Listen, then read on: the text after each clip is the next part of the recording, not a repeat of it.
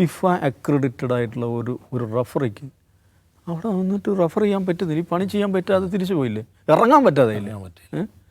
FIFA എന്ത് ചെയ്തു? ഒരക്ഷരം വേണ്ടിയോ? ഇത് ഞങ്ങൾ അക്രഡിറ്റ് ചെയ്തൊരു റഫറിയാണത്, ഞങ്ങളുടെ ടൂർണമെൻറ്റാണിത്. ഇങ്ങനെ എന്ത് ചെയ്യാൻ പറ്റും?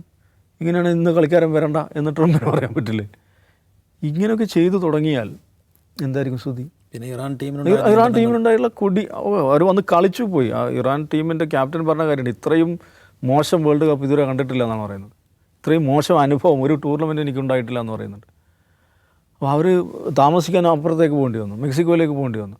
അപ്പോൾ ഫിഫ എന്ന് പറയുന്നത് ഒരു ഇൻ്റർനാഷണൽ ബോഡിയാണ്. അത് അത് വളരെ ഉയർന്ന സ്റ്റാൻഡേർഡ്സ് മെയിൻറ്റെയിൻ ചെയ്യുന്നൊരു സംവിധാനമാണ്. അതിൻ്റെ ഒരു പ്രശസ്തിയും അതിൻ്റെ ഒരു ഡിഗ്നിറ്റി അതിനുണ്ടായിരുന്നു. ആ ഡിഗ്നിറ്റി കളഞ്ഞു കുളിച്ചൊരു ടൂർണമെൻറ്റാണ് ഇത്തവണത്. പിന്നെ ഈ പറയുന്ന ഒരു സ്റ്റാൻഡേർഡ്സും അവിടെ നടപ്പിലാക്കാൻ അവർക്ക് പറ്റുന്നില്ല.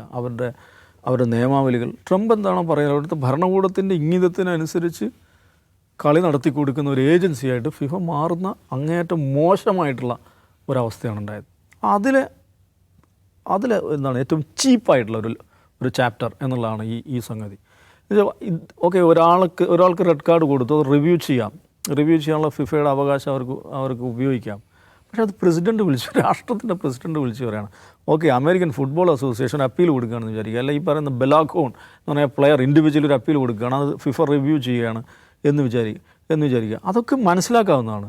ഇത് അവിടുത്തെ പൊളിറ്റിക്കൽ ഹെഡ് രാഷ്ട്രതലവൻ വിളിച്ചിട്ട് ഒന്ന് മാറി കൊടുക്കട്ടോ എന്ന് പറയുമ്പോൾ ആയിക്കോട്ടെ എന്ന് പറയാമെന്ന് പറഞ്ഞിട്ടുണ്ടെങ്കിൽ എന്താണ് ഇത്? 257 മറ്റോ റെഡ് കാർഡല്ല മൊത്തം ലോകകപ്പിൽ 177 റെഡ് കാർഡ് വേൾഡ് കപ്പ് ചരിത്രത്തിൽ ഉണ്ടായിട്ടാകും ഒരു തവണ മാത്രമാണ് മാറ്റിയത് ഗെറിഞ്ചയുടെ കാര്യത്തിൽ 62. അത് അന്ന് ഈ പറയുന്ന മാതിരി ടെലിവൈസ്ഡ് അല്ല, ഇത്ര സൂക്ഷ്മമായിട്ടുള്ള അന്നത്തെ റഫറിയുടെ ജഡ്ജ്മെൻറ്റിൽ പിഴവുണ്ടായി എന്നുള്ള കണ്ടെത്തലിനെ തുടർന്നാണ്.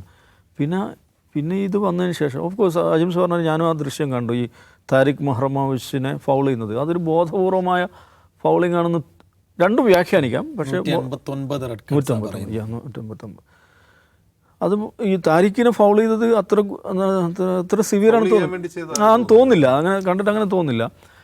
ഒരു യെല്ലോ കാർഡൊക്കെ വേണമെങ്കിൽ ഡിസേർവ് ചെയ്യാമെന്ന് പറയാം. പക്ഷേ റെഡ് കാർഡ് കൊടുത്തു കഴിഞ്ഞു. റഫറിയുടെ തീരുമാനം ഫൈനൽ എന്നുള്ളതാണല്ലോ. അപ്പോൾ റെഡ് കാർഡ് കണ്ടു കഴിഞ്ഞാൽ അടുത്ത മാച്ചിൽ കളിക്കരുത്, ഇതാണ് സെറ്റ് റൂൾ. അതനുസരിച്ച് പോകുക എന്നുള്ളതല്ലേ മാന്യത. പക്ഷെ അങ്ങനെയല്ല. ഈ വേൾഡ് കപ്പ് എന്ന് പറഞ്ഞാൽ ഡിഫറൻ്റ് ഒരു വേൾഡ് കപ്പാണ്. അത് നിയന്ത്രിക്കുന്നത് ഫിഫയോ അല്ല, ഫിഫയുടെ സ്റ്റാൻഡേർഡ്സോ റൂൾസോ അല്ല, അണ്ണൻ്റെ ഇംഗിതങ്ങളാണ് എന്ന് വീണ്ടും തെളിയിക്കപ്പെടുകയാണ്.